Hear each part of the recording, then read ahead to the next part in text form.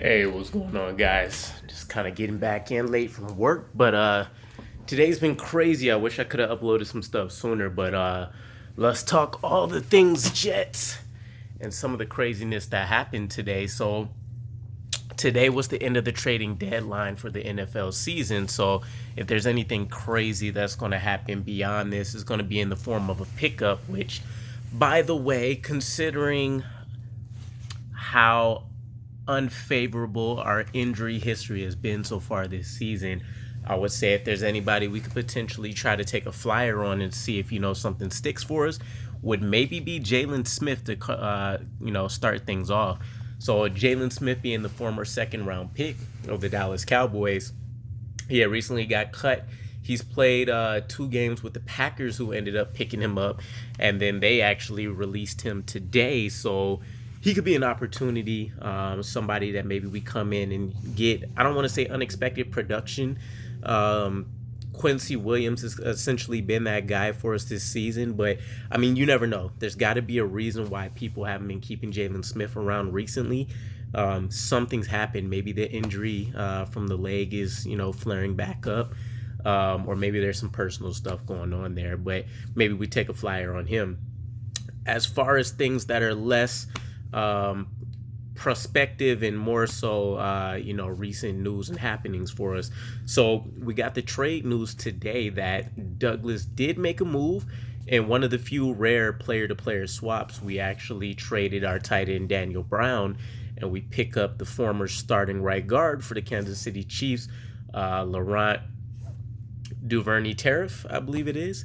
And he kind of has an interesting little background, at least within the last few seasons, where he came as a starter. 2019, he's definitely been starting prior to that, but former 6th-round pick, he started in 2019. He got a ring with the Chiefs, and then a little bit of an injury history there to him. But 2020, we know, just as with C.J. Mosley, he opted out.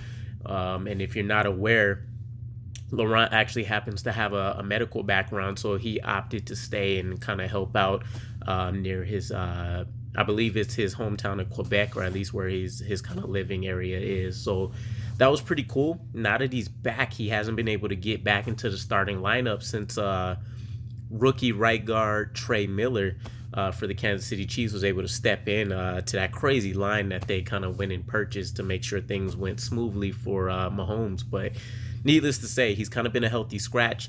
I think it's a plus for us for sure. If there's a few things that we're going to break down here, post-trade deadline and kind of seeing the Robert Saleh, Joe Douglas merit so far, it's been that he's definitely been committed, if nothing else, to making sure that the line improves in what everybody would expect in some fashion, right? So we get a little bit of a saving grace there. Now, how much he plays, how soon he plays, if he can even take over for Greg Van Roten and give us better production there is yet to be seen. Hopefully the healthy scratches wasn't necessarily a sign of things that we aren't aware of, but it doesn't get better, as Joe Douglas put it, as Robert Saleh, and we're going to mention as well, championship pedigree. He's been around that environment, and he's been a high-end producer for them for quite a while. So I think it's a good sign. You can't really... I don't want to put it out there like that, but to be honest, Greg Van Roten's kind of been a turnstile. So really in one of our most weak areas on the team now, after, kind of being almost halfway in. Excuse me, my allergies ended up cutting up right before I got in the house. But we've seen a lot of interesting things happen, and I might do some more breakdown videos, but just some of the highlights and some of the things we can still expect. Mekhi Becton's original injury prognosis isn't really sticking. So we did hear the news. Mekhi Becton is essentially going to take maybe a few more weeks before he even begins practice. So we might not see him until, the last couple games of the season. Elijah Vera Tucker, though, has come in and done some really great things since returning from his concussion. And he's been essentially top 5 ranked for PFF over the last 2 to 3 week span. So the early returns on him and the trade up that we took to make sure we can secure him is looking extremely good early on, which always bodes well as, we get more experience and stuff.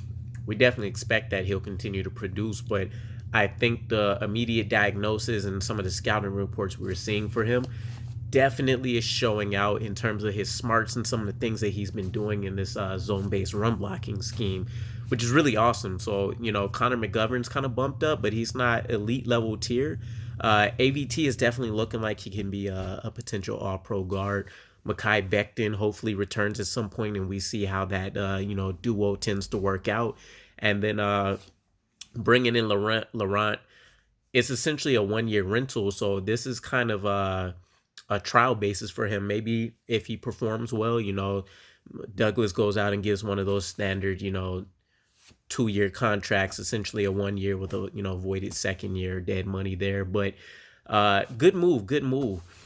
We got to unload a player that almost never sees any playing time, really, aside from, a couple, 3 tight end blocking packages. Trayvon Wesco's kind of been a hybrid fullback, so it's not like, he had something else to fall back on. And he was essentially somewhat of a core special teamer for us. So we flip him, we get a potential difference maker that can come into the line and continue to progress things for us. It's always a plus.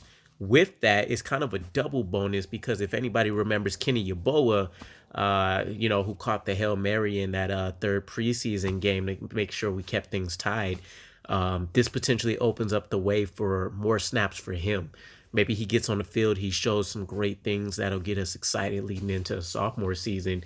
We're already leading the league in rookie snaps, which I try to avoid just looking at the general numbers for certain things. And, when I'm coming across Twitter, seeing little different stat metrics, but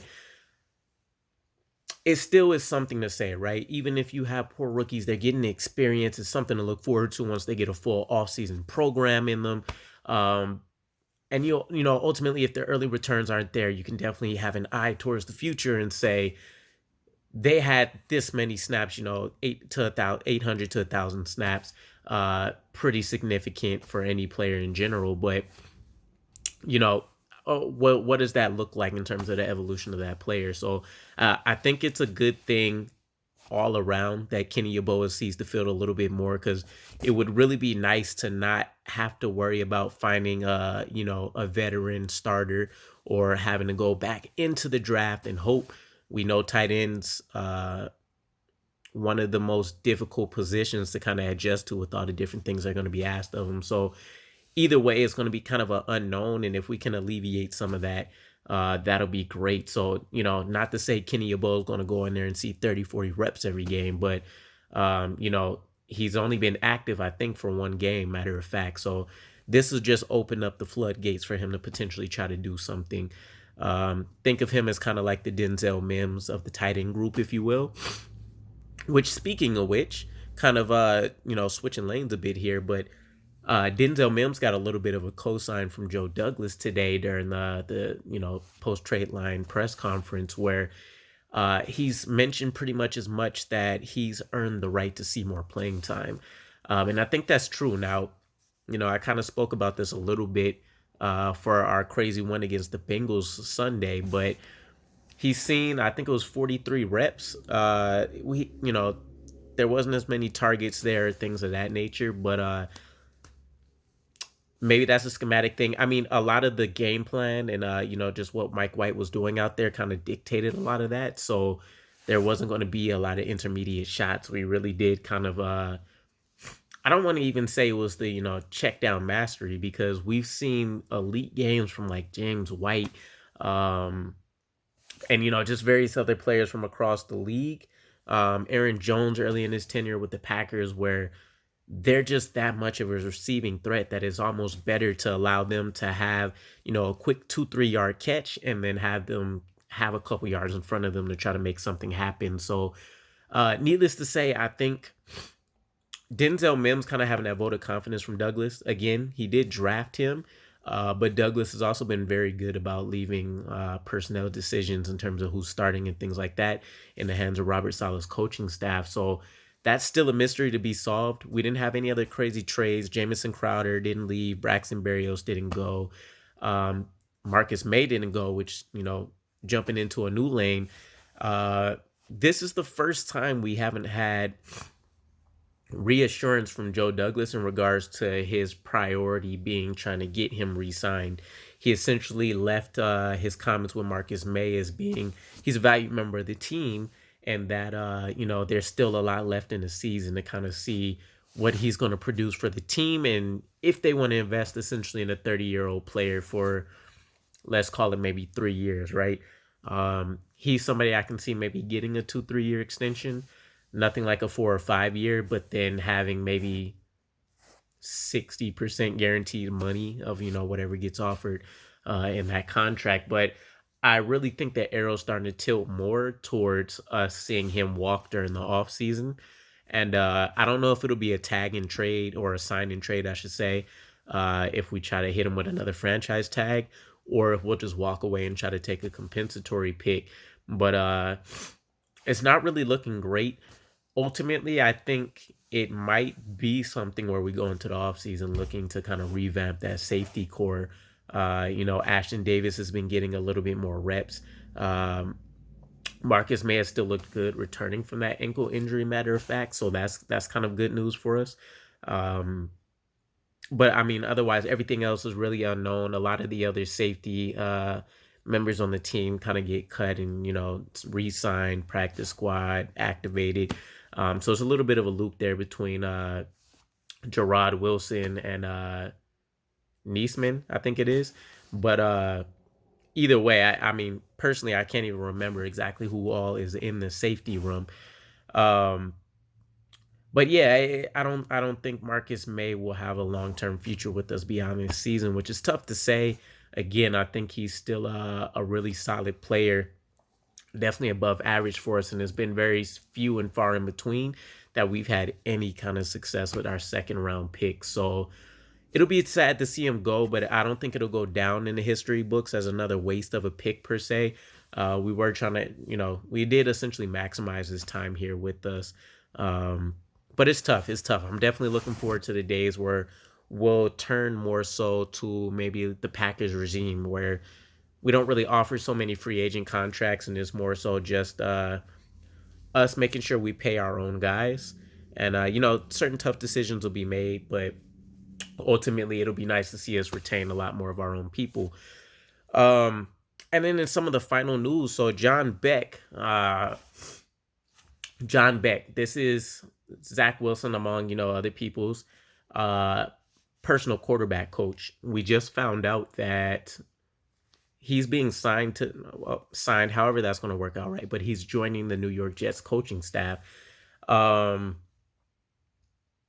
think is ultimately a good thing. Some of the doubts that I've been hearing, I guess, surrounding this move has been you're going to have too many voices in the quarterback room. Who's he going to listen to? There's always already kind of a stretch and pull from his playmaker mentality to kind of the general comments we've been hearing from Robert Saleh that resurface over and over again about wanting to see him play a boring brand of football. You add in the Mike White explosive game, and we know that most of that is checkdowns, or at least at the very least, if we want to simplify it, short passing game, and how effective that was. Definitely historical and monumental for us. Let alone in the NFL itself. But it just adds more fuel to the fire. Personally, I do think it's a good move. We have another player coach mentality and aspect kind of going there. I think it's better to have kind of a groupthink session unless you know for a fact that you have a proven, so-called quarterback whisperer in the room. So we don't know what it'll essentially look like. And even when Zach Wilson returns, be that the Buffalo Bills game or after, if he continues to start, we don't know how much is going to change. We've heard that LaFleur was actually calling the game from the booth up top instead of near the sideline. That could have been a positive aspect to the game. And then we already have Matt Kavanaugh there, and still his role is a little bit unspecified. And then we're adding John Beck there. So it's yet to be known how that's seen. Essentially, he'll have those two, and then LaFleur in his ear. Of course, Saleh's going to be speaking to kind of some of his preferences as well.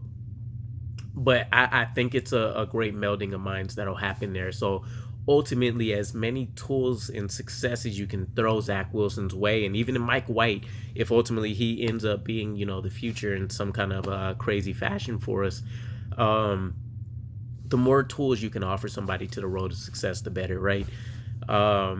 All in all, though, I think that's all the news that I can bear to remember for today. Just kind of want to break down some of all the most recent events, especially with the trade line being today. There's definitely a lot of flow of news and some other crazy moves around the league, too. Let me know in the comments what you guys thought might have been the best move or the most surprising. I think for me, and it's easy to go to, but I think it really is the Von Miller trade.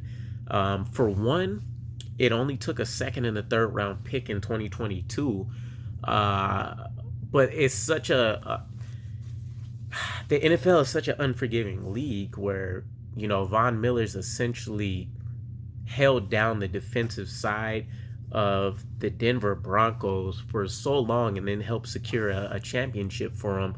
That you almost feel like he should have the opportunity to have some kind of say-so where, the no trade clause is kind of a new thing, and it's always been kind of relegated to quarterbacks, but I think that might be something players want to push for a little bit more, especially the ones that are more statistically proven to have affected their team in a positive way. But aside from that, either way, again, let me know in your comments who you thought maybe was the craziest trade, the best trade, etc. But I'll catch up with you guys again. And as always, thanks for all the support. But peace out.